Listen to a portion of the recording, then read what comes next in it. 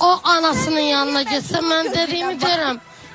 Ben dediğimi dedim. Aydın getməsin anasının yanına. Yok. İndi ver mikrofonu ona. Barı da özünü. Anan çağırır deyə Şanaysız gəlsin. Bak bizdə.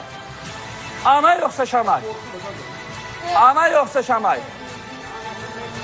Anası beni çağırıp. İndi sual o değil sual. Ana yoxsa Şanay? Məni böyüdən qadın. Oo. Amil bəy, görürsün təhsil göstərir. Əlini sıxır orada. Niyə? Şanay.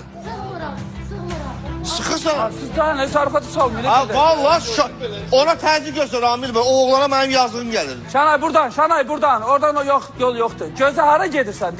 Diyan görünmüyor. Şanay. Gözde diyecek. Gel otur. Gel Yok. otur. Getmir. Yok. Getmir, bura gel. Yok dedim de. Başvayı canımı tutar. Gel Yaşa. oradan. Ben ne vakti saklamışam onu zorla. Özüm bana deyir ki ben seni isterim. İndi istəməyəcək də bax Mirağa. Səni zorla Şanay saxlayır mı yanında?